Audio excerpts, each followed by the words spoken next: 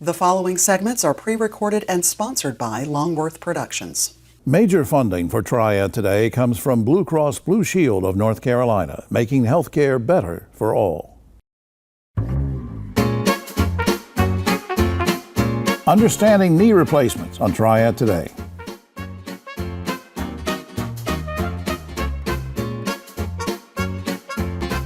Hello everyone, I'm Jim Longworth and welcome to another edition of Triad Today, coming to you again from the Kernersville Auto Museum. We'll tell you more about their big special fundraising event later on, and later on is when the roundtable shows up, so we'll get into all sorts of controversies with them. Some great guests along the way, so stick with us. Where we want to start is a very distinguished surgeon, first-time visitor to the show, Dr. Scott McGinley is an orthopedic surgeon with Novant Health Orthopedics and Sports Medicine in the Thomasville location, although I think he goes all over. Well, how you doing, Doc? Absolutely. Hi, nice to see you. Thanks for you said having me. absolutely. He could do it with it. Where were you born? Baltimore. Okay. Sir. Moved down here when? Well, I moved back up from Florida. I was in Florida for 12 years. Okay. Just recently. Let's talk about knee replacement for a second. When is it time to consider knee replacement surgery versus just continuing to try other treatments? How do we know? Well, two reasons. Two things. After you've failed conservative treatments, you'll know. Physically, your knee just isn't letting you do what you want to do, and you've tried everything else, so then not just physically, but mentally, you're ready to just go through the surgery. It's not easy. So what do you mean mentally ready? I thought that was interesting because I think you and Bonnie sent me something about being mentally and physically ready. What do you mean? Well, a lot of people have bone on bone. Their bones are just worn out, like the tires on their cars are worn out, but they're not mentally ready to go through 6 weeks of therapy and not being able to drive a car for a couple of weeks, and the pain of the surgery, and then all the complications that we have to talk about that could possibly happen. So mentally ready is a big part of it, at least 50% of it. What should patients know about the challenges of recovery? Because it's not just overnight. You don't just hop up and you're good to go. Right. A lot of people don't realize the things that can go wrong and the pain and the work they're going to have to do. So I prepare a lot of times multiple visits while I'm treating them conservatively. I get them also thinking about all the hurdles they're going to have to overcome. Right. And these are very successful operations the way you do them, but I think people just have to be aware. It's like anything else when you undergo any kind of surgery. Now, would outcomes be more determined by what I'm willing to do to get myself in shape, or is it more determined by the surgery itself? Well, lots of my colleagues will agree with me. Basic stuff, keep your, if you have diabetes, keep your sugars under control. If you smoke, you want to quit smoking, that really helps. Getting your weight down also helps. Those are the three big things that people can do to help themselves have a better outcome. Right, and especially, I guess, the weight thing, if you're trying to get ready for the surgery, we've been talking about recovery, but getting ready for the surgery, then you're thinking about weight loss is important, right? Yes, sir. Let me ask you a personal question. You mentioned that you were from Baltimore originally. Who or what led you to a career in medicine? Well, I was born in Baltimore in the middle of my dad's pathology medical school final exam. So my dad was a physician, and he's a big part of my life, and my role model, my hero, my idol. So I always wanted to be like my dad. Well, that's great. And so I guess somebody had to tell him that you had arrived, right? Actually, yeah. In the middle of the examination, they said, "You have a baby boy. The mom and the baby are doing really well." Everybody screamed and yelled for about 5 minutes, and they went right back to taking their exams. What? All right, but let me hone in on orthopedic surgery for a minute, because you're so good at it and you've had such great success with surgeries. Why? I mean, you could have gone into any field of medicine to sort of follow in your dad's footsteps. Why orthopedic surgery? I want to be a pediatrician. Really? Yeah, and I wanted to be an ER doc and a medical doctor like my dad was, but then when you're in medical school, you do all the rotations. Right. I found I really loved orthopedic surgery. I never thought of it in a million years until I started doing it, and I just loved my mentors, the doctors who taught me how to do it. Right. So I fell in love with it. And got to make you feel good, when somebody recovers and now they got the new knee and everything. It's got to feel good for you too. It does. Or if you just give someone a shot and they look at you like, wow, that didn't hurt and I feel better, thank you. Yeah, my wife gave me a shot last night, but it's a different kind of thing. All right, up on screen, Novant Health Orthopedics and Sports Medicine in Thomasville. You can call us 474-8153, or you can visit novanthealth.org/orthopedics. Either one will do. Dr. Scott McGinley, I certainly appreciate you being here and following in your dad's footsteps to do all the great stuff you're doing to help people. Hope you'll come back sometime. I appreciate it, Jim. Thank you so much. Thank you, sir. We'll be right back after this. At Blue Cross and Blue Shield of North Carolina, we get it. Really? Really. That's why we're making healthcare better for all. Starting with you. Yes, you, Daryl. We're making plans easier to navigate by putting your benefits, prescriptions, and details all in one place. Convinced? No. But it's a start. We'll take it. Blue Cross North Carolina. Making healthcare better for all. Starting with you.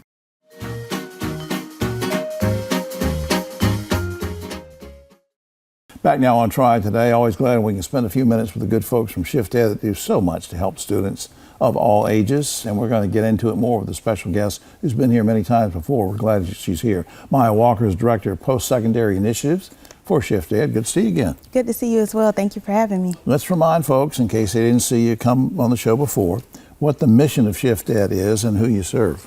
Our mission at Shift Ed is really simple: to boldly accelerate student potential. We work with students and families in Guilford County schools. And you work with kids of all ages. A lot of people think, well, they just help high school kids, right? But that's not true. That's correct. We work with students from K through 12, even beyond if they're pursuing college and career as well. But let's hone back in on the high school for just a second. I was reading over some of the emails you sent me, and let's talk about maybe specific ways that you help prepare high school folks for college or beyond. Yes, one of the ways that we do that is by offering free college advising to help students explore their options, learn how to pay for college, and also the admissions process. We also host events like our most recent HBCU College Fair that brings resources right to Guilford County for students to learn more about colleges and some of our community organizations. Well, and right now, of course, and this could change as you expand in the future, but right now we're talking about Guilford County students, right? Yes, some of our more public events like our HBCU fair, that is open to all students from the surrounding areas. Good. So we did have students from other counties attend. So what kind of scholarships do you offer to high school seniors? We offer the Shift Ed Scholarship, which is a last dollar tuition scholarship to support students if they're continuing their education to a 2-year or 4-year college in North Carolina. Well, talking over my head now, explain once again what a last dollar tuition assistance means. Yes, last dollar means Shift Ed will cover the remaining tuition balance after any federal, state, or institutional aid has been applied up to a certain amount. So in other words, if you're lucky enough to get involved with a Pell Grant or something, and you say, well, I'm still coming up short, Ms. Walker, then of course the Shift Ed could, you can come in there and help, right? Yes, we could provide additional financial support. And just remind everybody, who's eligible to apply for the Shift Ed scholarship? I know you have to be in high school, but I mean beyond that in Guilford County, who's eligible? We are looking for students who have been continuously enrolled in Guilford County schools since the 9th grade, have completed the free application for federal student aid, also known as the FAFSA, and complete the scholarship application. Our admission or our requirements are pretty simple because we want to support as many students with access and higher education as possible. Right, and some students are going to choose not to go on to college, but you still help them, and we can do that on another show, talk about other ways that you prepare them. Let's go back to the scholarship. Is there a certain time frame that kids and parents can be alerted to apply for help with Shift Ed, with scholarships and whatever? Is it year round, or somebody sees you on the TV show and they can call up and they can get right involved, or is it just a certain time frame? Yes, so for the Shift Ed scholarship, it is open until July 1st of this year. Students can apply directly on our website at shifted.org. Now, you and I, when you were on the show some time ago, I asked you this question, but again, for folks that maybe just moved into the area, I think they'll find it interesting that you're not just somebody that does a job and picks up a paycheck. I mean, what gratification do you get from doing what you're doing? I've worked in this field for almost 5 years now, and really the highlight in the most of this job is seeing students learn their game plan. I tell them steps 1 through 3, and seeing the hope and the inspiration in their eyes that I could do this now that I know the plan of action to achieve my end goal. Right, and you guys are with them every step of the way, as you said, from kindergarten on, to start making a plan, to get ready, to be prepared to learn and succeed, which I think is great on your part. Yes, at Shift Ed, we want to help turn students' dreams into reality, so we're just here to help. I think that's great. Up on screen for students and parents that want to learn more about what Maya was talking about, you can go to shifted.org. Shifted.org. Lots of portals on that website to find out all sorts of things about events, programs, services, scholarships, and the like. Maya, thanks for doing this. Thank you so much for having me. All right, young lady. We'll be right back after this.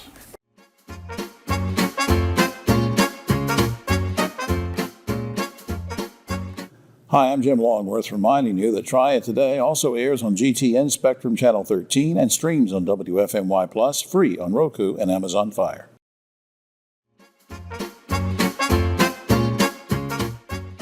Back now on Try It Today. Always glad we can spend a few minutes with the Honorable Danny Rogers, Sheriff of Guilford County, and so glad you're here on the show, sir. Thank you. Glad to be here. Good to see you. But I understand from the emails you sent me that we're going to talk about something that's over my head, which most things are, and that's we're going to talk about social media. That's almost over my head, too. Now, how has social media changed the way that the sheriff's office operates? Because it hadn't been around that long, I guess 20-some years, turn of this century, there was no such thing as social media. How has it changed? It gives us a chance to collaborate with the community, bridge the gap, meet the community where they're at, getting them to understand what we're about and hear what the community has to say. They hear us real time, things that's going on exactly when it's going on. So it's kind of outreach and communications at the same time. As I understand it, not that I'm schooled in social media too much, but there are a lot of different platforms that are out there. What are some that you guys use? We use TikTok, we use Facebook, we use Nextdoor, we use Instagram. That's good, because different age groups and people, they'll go to different things. That's cool. Well, what about feedback? Have you received any feedback through your efforts on social media from people contacting you or somebody on your team to say they appreciate what you're doing, or maybe they need help with something or whatever? What kind of feedback? We get a lot of great feedback from the things that we put out, the public service announcements we put out, the videos we put out. Or better yet, when we put out press releases, people respond to those as well. And it's been positive interaction. Now, I've heard some people say, well, I don't want to go on social media. It's kind of scary. I don't know about privacy issues and all that. Now, what challenges come along with you and your team using social media? Back here a few months ago, we had a room that was out there that was ICE was in Guilford County. And they weren't? No, it wasn't ICE. It was Guilford County Sheriff's Office doing their job out there. Yeah, big difference there. Well, people need to check their sources. And you check their sources. Absolutely. And make sure we put it out there for them to understand. Now, sometimes you use humor in the posts that you're doing on social media. Why is that important? It's important because we want people to realize that when things are funny, they relate to it better than things that are real serious. They forget about it quickly. But things that they see something that's serious and funny, they kind of take the funny part with them. There's, for many, many years now, going back to George Floyd and before, there's been some tension sometimes between the public and law enforcement. Maybe some trust issues and that kind of thing. What do you want the public to take away from your efforts with social media and what you're trying to do with outreach? What do you want people to take away? I want them to understand that we're trying to meet them where they're at, meet them halfway or all the way where they're at, for them to understand that we're not an organization that was set back and just take all the things that's serious, just take it seriously and don't have some humor with some of the things that can reach the people. We're just trying to reach the people where they're at. Right. Now, let's talk about recruitment for just a second before I lose time here. I'm just going to assume, and you can correct me if I'm wrong, that what you're doing with social media and using all those platforms, does that help with recruiting people to work for you? Tremendously. Our rate has gone down as far with the hiring rate, rather, has gone up hiring rate because of social media. Right. It's helped us out a lot. People see it from all over the world, all over the country. Yeah, because like I said a minute ago, for a while, people didn't want to work in law enforcement, and now what you're doing with social media, you're seeing an uptick in it. Trying to see an uptick. All right, up on screen. For more information, you go to GCSONC, and we know what that stands for, Guilford County Sheriff's Office, North Carolina.com. And I hope you will check that out, because there's all sorts of portals that tell you about using the social media platforms and programs and services and events and things that you can glean from being on that website. So even though, as I said, Sheriff, some of this is over my head, but thanks for coming in and talking about it. Well, thank you very much. Thank you very much. All right, the Honorable Danny Rogers. We'll be right back.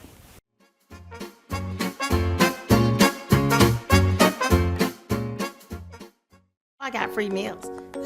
What do you mean? No, seriously, how much did you pay us? I didn't pay anything. I learned how to cook all of these fresh foods that were delivered to my house. Everything in that grocery bag that's fresh, I had a recipe for it, and I know how to cook. It encouraged us to eat better, to shop better, make better decisions.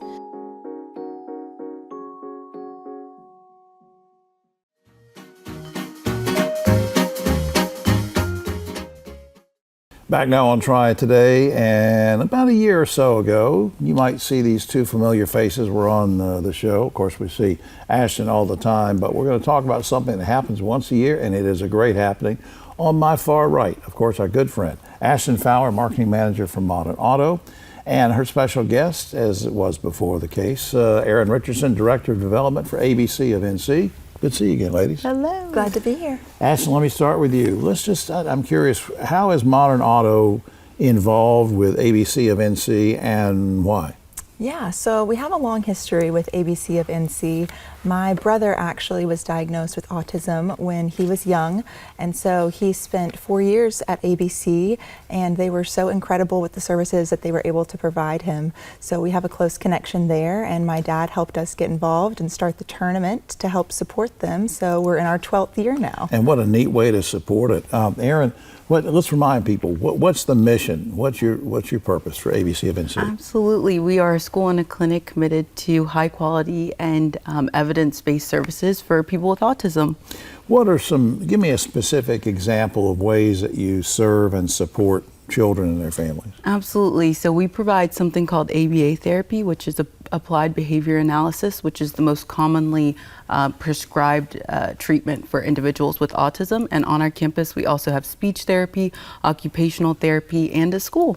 Well, now, I want to ask you about the golf tournament in just a second, but as we lead to that, in general, why is the support from Ashton and her dad, her family, Modern Auto, Toyota, all those folks, why is that so important in sustaining your mission? Absolutely. So as Ashton mentioned, it's extra special because they have a connection to what we do, having a firsthand experience. And this golf tournament helps sustain our services, specifically helping us provide financial aid for families who need support in accessing these services. All right, Erin, let's do the drill on when, where the tournament's going to be. Give us all the specifics. Absolutely. Monday, April 20th at Forsyth Country Club. Okay. Tee time is 12. Tee time is 12. Yes. Except for somebody like me, I would probably not get there I'd have to get there early because 20 strokes per hole, you don't. Right. We'll send you on the course a little bit That's before right. everyone. What makes this event more than just a fun day on the course? Yeah, so as mentioned before, the funds directly go to supporting what we do every single day on our campus and help provide financial aid for families who maybe can't access our services otherwise. Am I making this up, or is there also going to be an auction or something? Yes, no, you're not making it up. Okay. Every year we have an annual silent auction as well, and if you attend the event, you'll be able to see some of those items in person, but we also have them online. Can you give us a preview? I mean, mention one thing that maybe it's going to be up for auction. Absolutely. I can give you a little summary. We do have some local breweries that have provided some really awesome gift certificates and items that will be in there. A lot of what's provided are from local shops. So. Okay, great.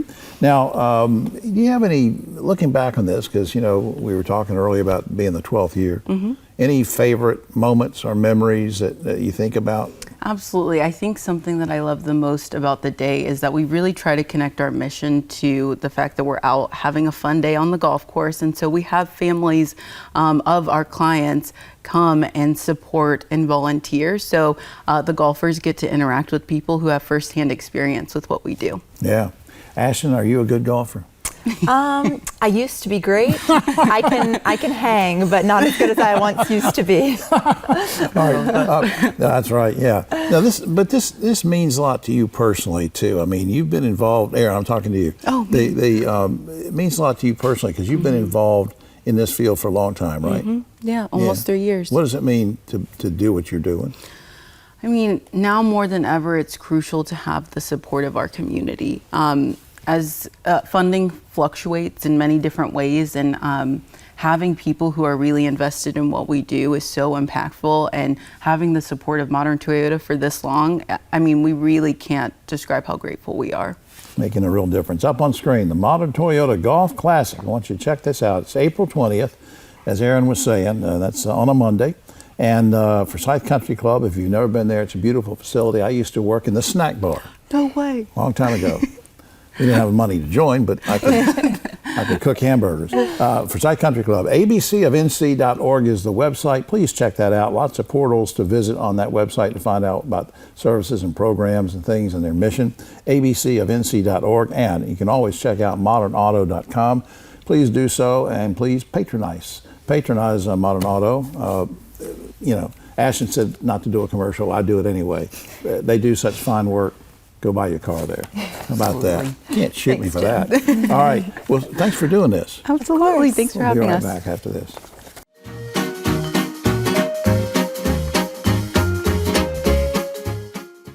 At Sutton Brothers, we're confident we can help you solve your heating, cooling, plumbing, and electrical needs. So confident that we'll fix it or it's free. Our highly trained technicians will diagnose your problem and fix it with either a repair or replacement. And if we can't fix it, you won't pay the trip fee. So the next time you have a problem, call us. We'll make sure you're completely satisfied. Guaranteed. Call Sutton Brothers today and be confident things will be done right. Schedule online at suttonbros.com.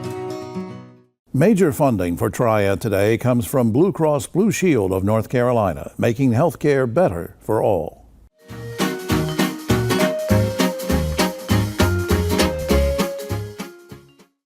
The Roundtable is brought to you by Sutton Brothers, locally owned and operated and serving all of your HVAC, plumbing, and electrical needs.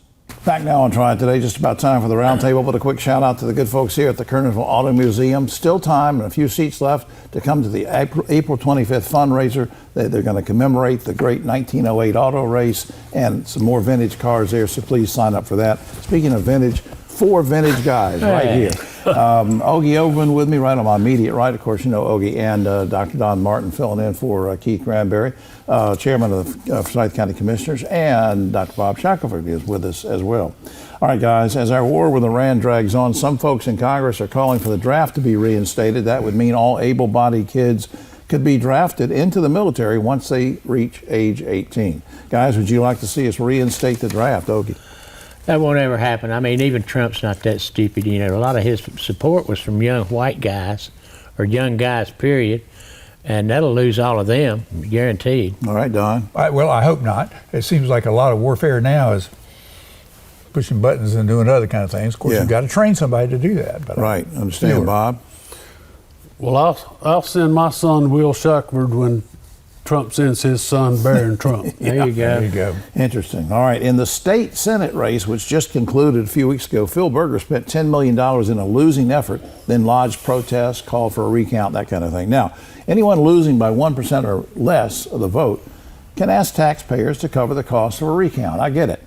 But guys, do you think that candidates who have raised millions of dollars should be required to reimburse the state for all recounts? Ogie.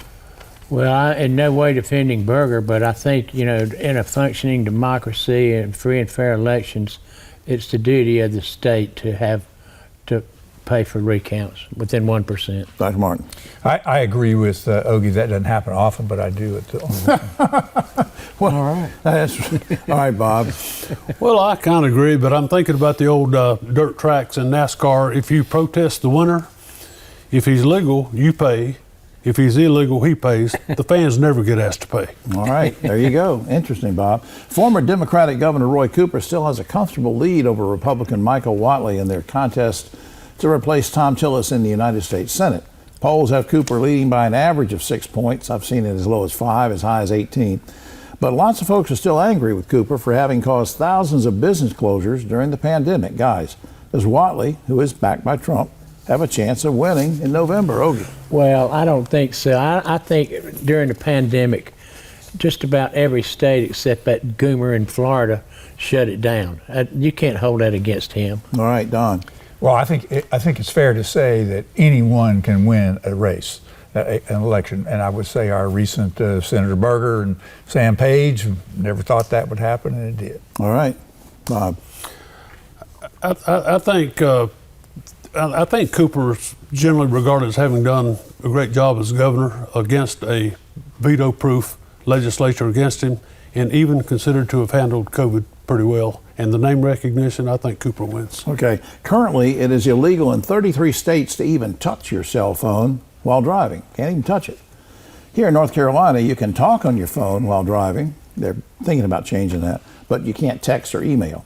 All right, guys, would you like to see our state get tougher on cell phone use while driving? Okay. You know, there's instances where you kind of need to pick up your phone, like if you're on GPS, you're kind of having to look at the directions. I mean, I think it's fine. Don. I actually think, I was talking on the phone driving over here, and while it is convenient, I do it frequently. I think it is safer to not do it. Bob. I think it's safer not to do it with the increasing, increasing technology. You can even do text and email by voice now. All right, President Trump has issued an order that would require states to submit a list of mail-in voters to the federal government 60 days prior to the election, or else ballots will not be mailed or counted. Democrats in Congress are suing to repeal that order. Who wins this lawsuit, Ogie? Thank goodness we have federal judges who are sane. He's losing every case that he brings up, and he'll lose this one. Don, what do you think? I think the Democrats that are suing will win. You do? And maybe, hopefully, won't drag out too long. Bob? I think Trump needs to stay out of elections and let the states handle it. And it's just a travesty that we can't count on elections anymore with trust. All right, and finally, guys, according to Parade magazine, who I don't read Parade magazine, but anyway, according they're looking at past lives, and it says who you were in a past life is based on your birth date. Guys, who were you in your past life, Hoagie? Nobody. I don't believe it. I used to think I was Donald Ross reincarnated because I looked like him. Well, maybe but so. I was born a year before he was. Couldn't do it. All right, Don, he died. who were you? Well, somebody that was born on my birthday. My mother was a Tupperware kind of person. Right. And believe it or not, Mr. Tupper was born on my birthday. Wow. So you could have been him. He did pretty well. You could have been him, Bob. I was born on the anniversary of the Gettysburg Address, so what can I say? There you go. All right. And you're tall. All right. That's right. He is tall. All right, well, that's all the time we have, except for this. Late last month, someone stole over 400,000 Kit Kat bars from a factory in Italy. The police caught up with him, and they threatened him with a long prison sentence. And the Kit Kat thief said, "Come on, give me a break." See, that used to be the slogan. That's actually pretty good, Jim. All right, for all of us here, I'm Jim Longworth. We'll see you next week.